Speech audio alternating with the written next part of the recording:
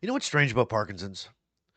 Sometimes the things that make the biggest difference in your day to day life are the things that nobody ever tells you. I discovered one of those things completely by accident. When I realized it, I had two different reactions at the same time. I was surprised, and honestly, I was a bit annoyed because I kept thinking, how did nobody tell me this sooner? Well, today I'm going to share three walking habits that can quietly make Parkinson's mobility harder, and the small adjustments that can make it a little easier.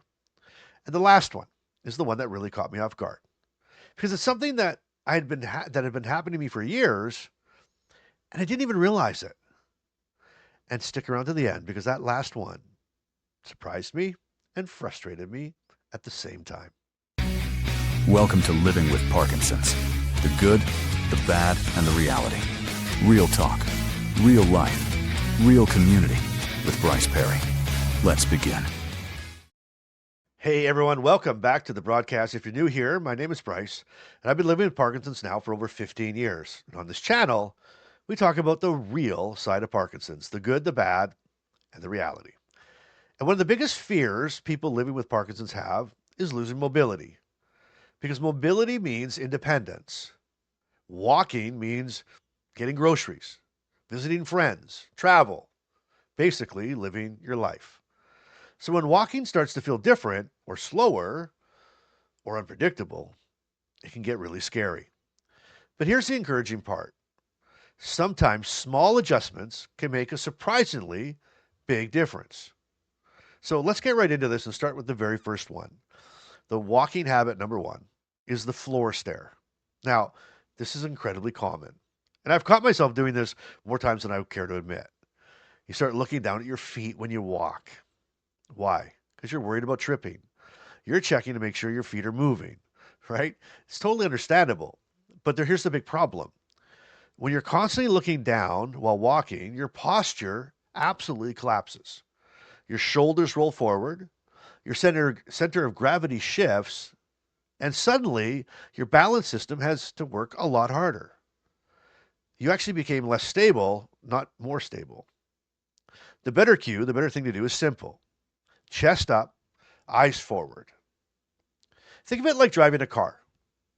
When you're driving, you don't stare at the hood of your car, you don't stare at the bumper in front of you. You look far down the road, and it keeps you nice and straight. Do you ever notice when you start staring really closely at the bumper or down, you start moving the wheel like that? It's the same as walking.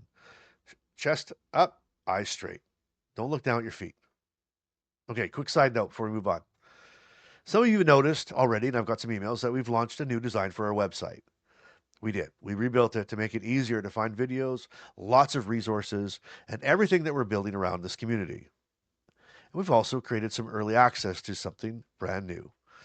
I'm not going to tell you what it is, just go check it out. It's early days, but the response so far has been amazing. So check it out. Head over to dolifetoday.com. The link's in the description below as well. Okay, now let's move on to the second walking habit, and that's fighting the freeze. I call it fighting the freeze. Freezing of gait is one of the most frustrating symptoms of Parkinson's can throw at us. Your brain says walk, but your feet say not today. It happens a lot in places like doorways and crowds, tight turns, and busy environments. Basically, anywhere your brain suddenly has to process too much information at the same time. Now, here's the problem. Here's what most of us do instinctively. Okay. We start to panic. We lean forward and we try to force our feet to move. But neurologically, that's actually the worst thing we can do because freezing happens when the brain's movement signals gets jammed. And if you start trying to force more movement, it just adds more chaos to the already jammed signal. The better move is surprisingly simple. Stop, take a breath, and start shifting your weight from side to side. Then take a deliberate step. You're basically giving your brain a reset command. Think of it like rebooting a frozen computer. It's the same principle. And yes, I just compared you to a computer, so there you go. Well, let me tell you about a moment that happened to me in a grocery store. Because grocery stores you know, are basically the Olympics of Parkinson's walking challenges, right? Bright lights, crowded aisles, people zigzagging everywhere, carts flying, right? Well, I'm pushing my cart through the cereal aisle, and suddenly my feet freeze right there, right between the Cheerios and the Frosted Flakes. Now, here's the embarrassing part. Always, always typical. Somebody is standing behind me, waiting. Isn't that how it always works? And you can feel that pressure, can't you? Your voice in your head saying, hurry up, Bryce. But hurrying up actually makes freezing worse. So I did the thing that we all hate doing. I stopped. I stopped. I took a deep breath. I reset. I let the person had to walk around me. But here's the funny part. Nobody cared. They just grabbed their cereal and they moved on with their life. Meanwhile, my brain was acting like I had just shut down the entire grocery store. You know, that's the hardest part of Parkinson's walking. It isn't the walking. It's the anxiety about how it looks.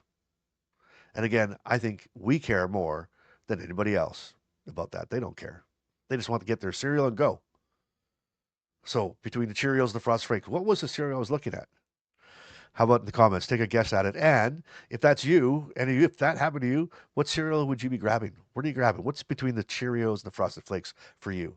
Even if you can't, even if you don't want to, what's that one cereal that you just like, oh my gosh, I would have that again and again and again?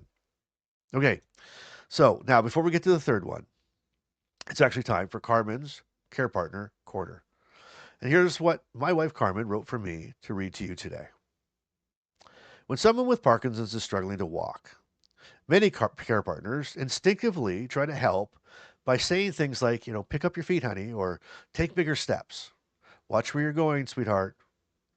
I love how she throws in sweetheart and stuff. Anyway, but stress and pressure can actually make walking symptoms worse. Instead of constant reminders, sometimes visual cues work better. For example, stepping slightly ahead and giving your partner something to step over, or simply slowing down and walking beside them calmly. You have to always remember that support doesn't always need words. And as I always say, support needs patience. Wow, that was really good. Thank you, Carmen. And honestly, Carmen has gotten very good at this, right? She's basically my unofficial Parkinson's movement coach now. So I love her. So thank you for that. Okay, now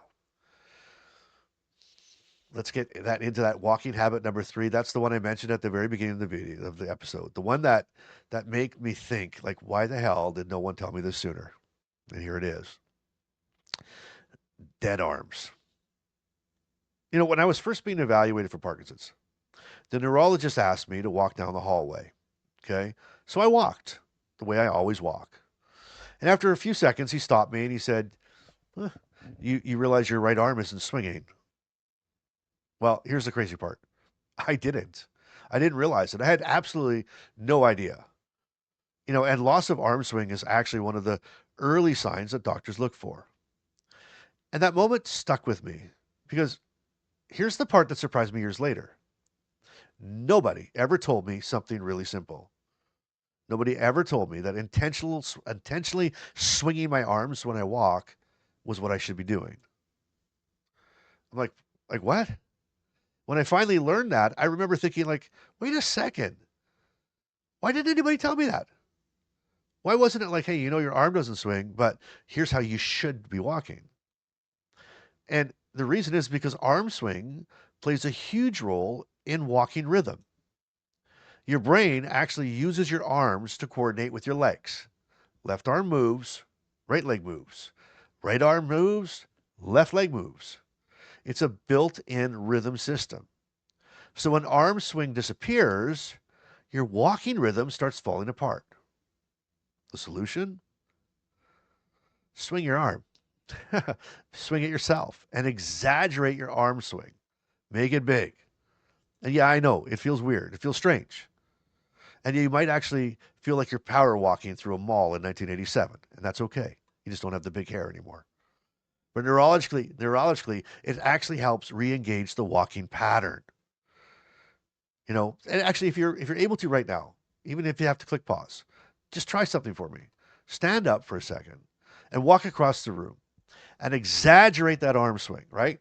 And it might feel ridiculous, but who cares? But notice what happens to your rhythm.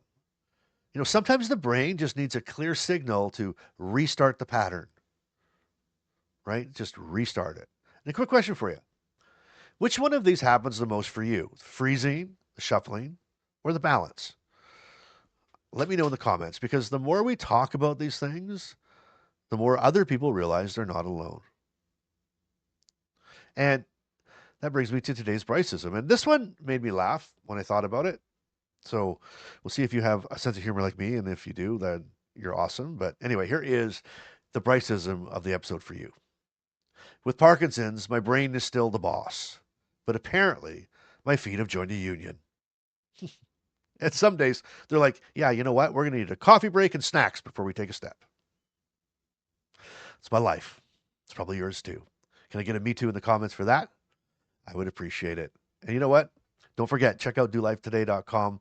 All there's resources on there for newly diagnosed, for anything that you need, symptoms, you name it. We try to put it all together in one nice place. And there's a little surprise there. Something big is coming your way, and you can be one of the first people to know about it. So go over there, check it out, and let me know your thoughts. I'd love to know what you think about it.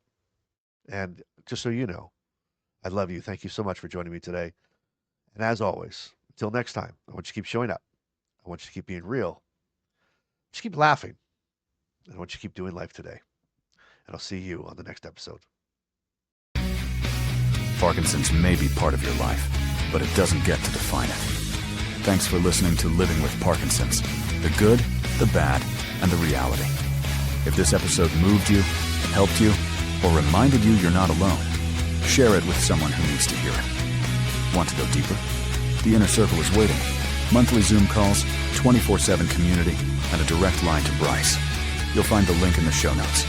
Until next time, keep showing up and keep doing life today.